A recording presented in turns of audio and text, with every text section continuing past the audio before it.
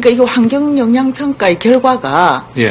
그 우리가 그 건축물 최종 준공 그 단계에서 우리가 사용 승인 하지 않습니까? 예. 예, 그 여부하고는 아무런 관계를 미치지 못한다는 거죠. 그냥 건의사항은 될 수 있다 이런 말씀이십니까?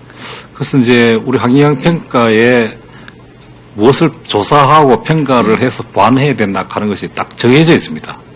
그렇죠. 환경영향평가니까. 예. 그래서 그렇기 때문에 이제 이미 설계가 끝난 상태에서 그걸 기초해서 어떤 문제가 있다라고 하면은 아까 말씀하신 것처럼 나무를 부터 심는다든지 소음이 있다면은 뭐 덮개를 하라든지 뭐 이런 식으로 평가 결과가 이루어지지 근본적으로 설계 자체를 갖다가 변경하라고 한 사례는 없었습니다.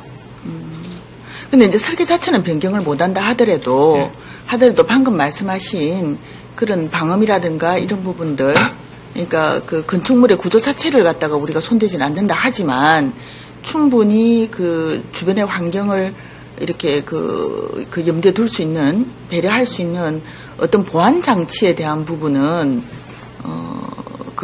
그러니까 그 처음에 이제 그 사용 그 허가 단계에서부터 마지막 사용 승인 단계 그 단계에서까지 우리가 이 환경 영향 평가의 결과를 가지고 건의도 하고 좀 뭐 규제라고까지는 할 수 없지만 조정할 수 있지 않나요?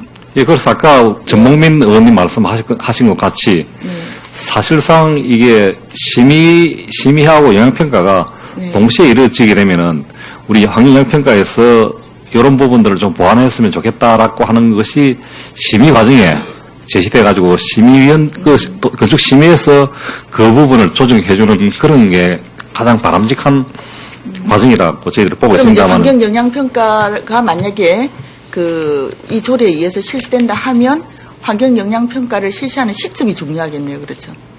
그런 겁니까? 예, 그래서 일단 환경영향평가라고 하는 것은 그런 이제 환경의 측면에 영향이 미치게 되니까 그 부분을 보완을 했으면 좋겠다라고 하는, 의견을 제시하고 그걸 그렇게 보완을 하겠다라고 하면은 우리가 별날이 이 부분을 제재할 수 있는 부분은 없거든요. 그러니까 보완하겠다라는 그 어떤 약속은 받을 수 있는 거 아닙니까? 예, 그래서 이제 소위 말하자면은 아까 말씀드린 것 같이 소음이라면은 뭐 덮개 정도 하겠다라고 보완을 한다든지 지하 수맥에 문제가 있다면 뭐 지하 수맥을 다른 쪽으로 뭐 돌리겠다든지 뭐 이런 쪽은 가능합니다만은 아까 말씀드린 것 같이 뭐 근본적 청수를 갖다가 조정해야 된다라든지 이런 부분에 대해서는 사실상 환경영향평가에서 그걸 강제하기는 좀 어렵다는 겁니다. 주변 환경에 어떤 영향을 미친다 하더라도. 예, 예를 들면은 이제 청수가 너무 높아가지고 일조권 침해가 예상이 된다. 네. 라고 하면은 이제 그걸 실질적으로 이제 전모민 의원 말씀하신 것 같이 이제 그럴 경우에는 보완을 하라고 하게 되면은 건축물 배치를 갖다가 새로 조정을 한다든지.